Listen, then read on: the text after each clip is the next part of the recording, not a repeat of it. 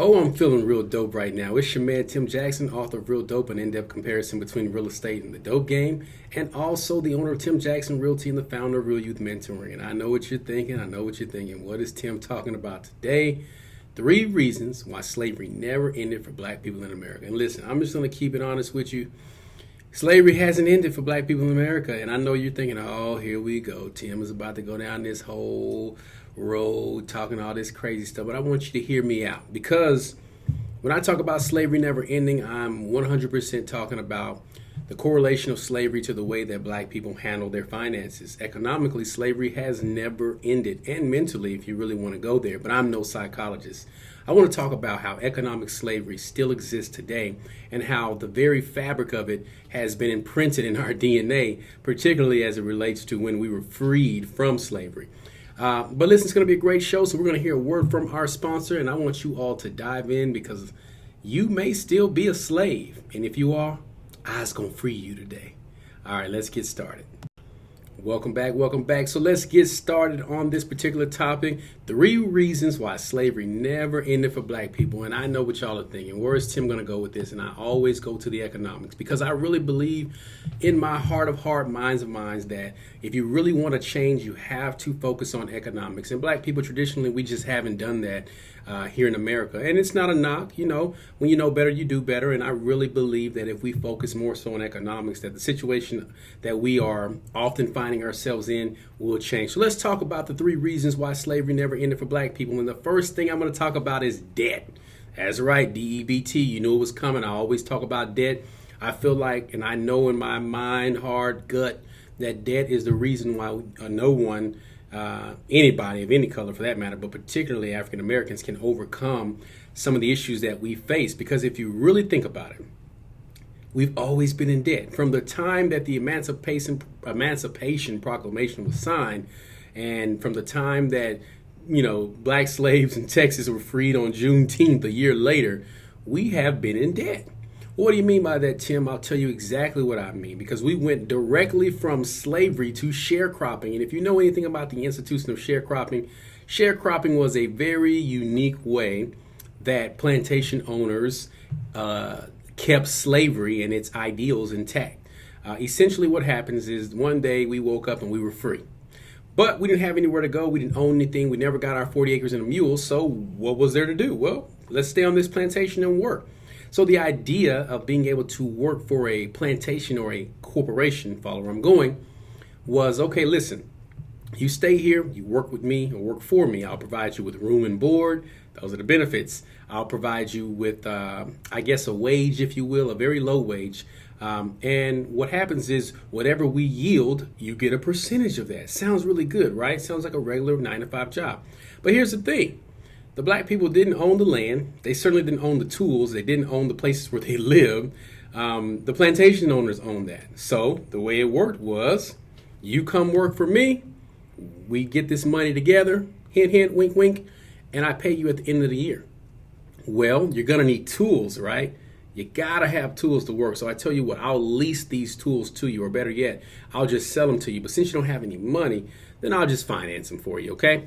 You're going to have to pay rent because, hey, slavery's over. I can't force you to work, and rent ain't free. So I tell you what, I'll rent out these log cabins that you've been living in anyway.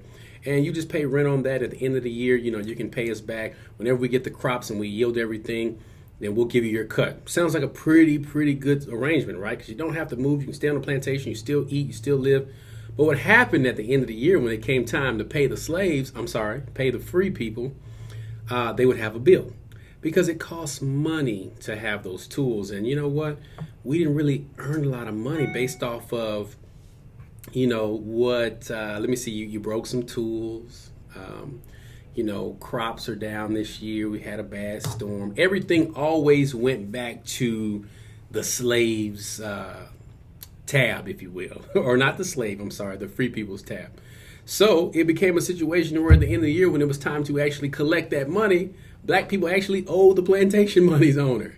Owned the plantation owner's money. And You think about it, that's how it is today. We are still economically in debt to our lenders. We go off to school, and I say we because I don't want anyone who's watching me or listening to me for the first time to think that I'm out here beating up on black people. No, why would I do that? I'm a black man. But we go off to school, we get into a ton of debt, student loan debt, or we start a job and we get into a new car, a new house, we get credit cards, and we are constantly putting ourselves in debt. And as a result, the money that we're bringing in is automatically going out, and we don't save any money. We save less than 1% of the money that we make every year. And there's some reports that say that black people don't save anything. In fact, we spend over, 103% of what we spend over 3% of what we make. So if we're making 100%, we're spending 103%, which means that we're in debt and we're paying people off on a monthly basis, paying interest. And this was the exact same thing in sharecropping. And that was 200 plus years ago, and we're still caught in that same system. But Tim, I have a great job. I have a great career. I went to college and I have a degree and I have 2 or 3 degrees and I'm the assistant manager or the CEO or whatever you want to call it at my job. I run a department. Everyone reports to me. But, like the Notorious B.I.G. says, the more money, the more problems, because we've bought into this notion of the American dream, which is dead. That now that I'm making 6 figures, I have to go purchase a house that shows that I'm a 6-figure guy. Or in our case, black people, we purchase cars because our car tells the story. You're driving a nice car, that means you're making a lot of money. And if you drive a weak car or a raggedy car, that means you're broke. But some of the most richest or wealthiest people that I know drive some of the oldest cars, but black people, we kind of miss that concept. Not all of us, I don't want to generalize, but the most of us have. And when we pull up somewhere, the first thing people are looking at is your car. I always tell a story about how I had an older Toyota Camry and I also had a newer Lexus. And when I would meet new ladies or young ladies, that I wanted to date or we would go out, if they would see me out and I would meet them out and about and they would see my car, I would generally get the date, not because, I am a good looking guy, if I have to say so myself, but a lot of times people would see the car and think that I had money. So on the first date, I would always pick them up in the Camry just to kind of see how, how they would look at me. And I'm like, oh yeah, the Lexus is in the shop, but this is what I drive every day. Or if they'd never seen my car, I would pick them up in the Camry just to see how they would respond. Now, that's not an indictment on women being gold diggers or anything like that. It's just a mindset of that materialism that often validates us in the black community. I got the same looks from colleagues, even my male colleagues when I would go play, go to the driving range, or if I would go play pool, they always looking at the car. Oh man, you must be making that big time money. But what they didn't realize is I was in big time debt. So in order to gain wealth, I had to eliminate that debt. And the quickest way to get out of economic slavery is to eliminate your debt. Increase by decrease. Find ways to reduce how much you're paying out. Find ways to save that money or invest that money and keep it in. Because when you can do that, you'll realize that you are slowly getting out of that economic slavery. And I promise you guys, there's nothing like being free. So take a look at your debts, find out ways to eliminate them, and that's how you start by getting out of economic slavery. Okay, so we talked about economic slavery. Let's talk about one of the reasons, which is reason 2, why we are still in slavery today is that, we don't own anything. Black people do not own anything. If you look at most of the reports, I read a report recently that said that we went from black people owning being 46% of black people owning real estate to about 40%. And the numbers keep dropping and dropping and dropping and dropping because home ownership is not really pushed in the black community. The type of car that you have is pushed, where you work is pushed, but the idea of ownership is not pushed. And I had to ask myself, why is it? Why is it that we as a people just do not focus on ownership? Because remember, the first thing that's going to always keep us enslaved is our debt. Okay, and even when you purchase a new home, you are in debt. Most people don't have the cash to get, a house, pay for a house outright. We have to get a loan, but that loan eventually goes away. And if you increase, your net worth by decreasing your bills, you can get rid of that loan a lot sooner than you think. I've seen people pay off their houses in 7 to 8 years versus going the whole 30-year term. But listen, we don't own anything. We don't own our cars. A lot of us lease our cars, and when it's time to pay the car off, we go get a new one. We don't own businesses, and I know a lot of people think, okay, Tim, listen, everybody can't be like you. I can't own a business like you. I disagree. But understand that owning a business like me isn't having a storefront and paying a monthly rent to someone and selling a product. Your business can literally be owning a piece of real estate and renting it out to people. And if you rent right now, that's what your landlord's doing. They don't have a storefront. They're not selling t-shirts or selling a product. They just have a piece of property that you pay to live in. That's a business, believe it or not. So we have to become owners. We have to become people who are more invested in things outside of the 401k that's offered through our job. Because many of us who are invested in a 401k or a pension, we have no clue where that money's going towards. But when we start to take advantage of and start to pay attention to where our money is going, we become more owners of it. Case in point, a friend of mine here locally has a trucking company. He gave people the opportunity to buy into his company. Several people that I know did it, me being one. So far, it's paid off. Okay, ups and downs. I mean, they're gonna come in any business, but that's an opportunity for you to do. Okay, and I know several of my friends who have started trucking companies. Okay. There is, let's see, what else can you do passively? You can find someone who's starting a business, sit down with them, see about helping them market, find ways to become an ambassador of the brand, and invest in the brand and get back a percentage of what they make. That's what most corporations do. That's why they have stockholders. So while the CEO makes a lot of money, the bulk of the money is going back to the stockholders, okay? You can do that if you have a friend who has a vision or a family member who has a real vision and who's willing to put up their money to make sure that vision comes alive. You can take a couple of $1,000s and invest. Well, Tim, I don't have a couple of $1,000s. What about that income tax check that you get every year? Because a lot of African American people or black people, we get back income tax checks because we just don't make any money, and that's the way that the system is set up. And we'll talk about that system next. But if you're getting back a $5,000, $6,000, $7,000 income tax check, why can't you invest in a business? Why can't you buy a piece of land? Why can't you go down to the county where you live, or the parish, or the municipality where you live, and purchase real estate for $5,000 or $6,000? Because there's plenty of real estate on sale in Dallas County for that amount, in Tarrant County and all the surrounding counties. It's because we lack the knowledge and the information. Not because we're dumb, but because no one is really teaching us this stuff. Well, you don't have that excuse anymore. You've got Real Dope Radio. You got this podcast. You got this webcast. There's no reason why you can't be on top of the game now. There's no reason why you can't be on top of the game. So you have to shift your focus. Shift your focus towards becoming an owner, all right? Tim, I don't have any money to become an owner. All right, hear me out here. You have a car note, right? Instead of trading that car note in, or that car in the fourth year when you're about to pay it off for the fifth year, in the fifth year, pay it off. And then take the money that you've been paying and the difference in the reduced insurance that you're going to have and start putting that back. If your car note is $400 a month, last time I checked, that's $4,800 that you can save a year. Combined with that $4,000, $5,000 tax return that you may get, in a year's time, you can have an easy 10 racks, right? So it's just all about finding that money, increase by decrease. You can do it. It's a mindset. Being broke and being mentally and enslaved financially is a mindset. The way that you get out of that mindset is to literally change your habits. It can be done. You just have to want to do it. And most of the people who listen to my podcast or watch my videos, they want to do it.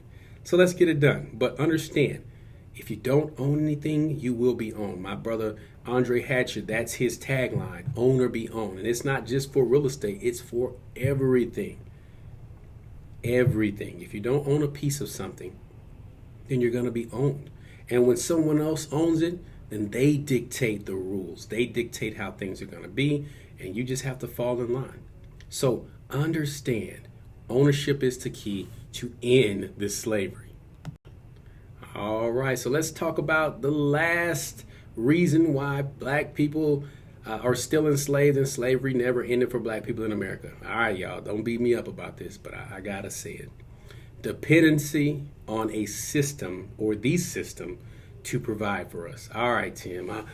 Tim, you talking down on black folks? Oh, Tim. No, I'm not.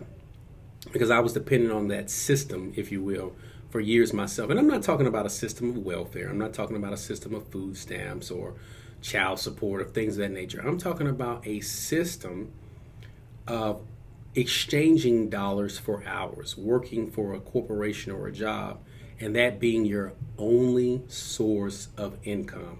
Please follow me here. I'm trying to plant a seed. All right. If your only source of income is your job, you're not going to be able to survive an economic catastrophe. And that job essentially is no different than the sharecropping or being enslaved by a corporation who knows that it's hard for you to find other jobs, who knows that it's hard for you to find other employment. That's why they want to give you a raise every year. Going back to my previous podcast, guys, increase by decrease. If you're eliminating your debt and you're building wealth by what you're saving, you walk into that job with a different type of swag. And we all know that person at the job who just kind of really seems like they don't care, right? They walk in and do their job. They do what's right, but they're not worried. You know, when the rumblings or the whispers of a layoff come around, they're like, I'll be good.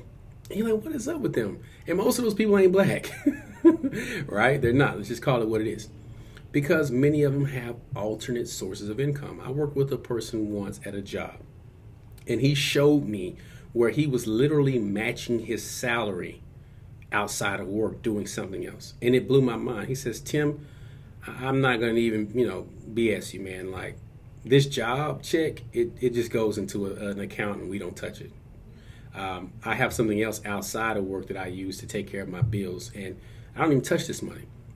And it blew my mind when I saw that, but it made me realize that I need to do something like that too, because, in the event of a layoff or in the event of getting fired, and I've been fired for some jobs, your boy know how to get fired because I always felt like I knew everything, and I always felt like things were wrong, and I just would go in and just speak my mind. And I learned very quickly at a young age that you can't speak your mind at a job or at a corporation because, one, generally, if what you're saying makes sense and your boss sees that you are possibly a threat to them, they're going to do everything they can to eliminate you, okay?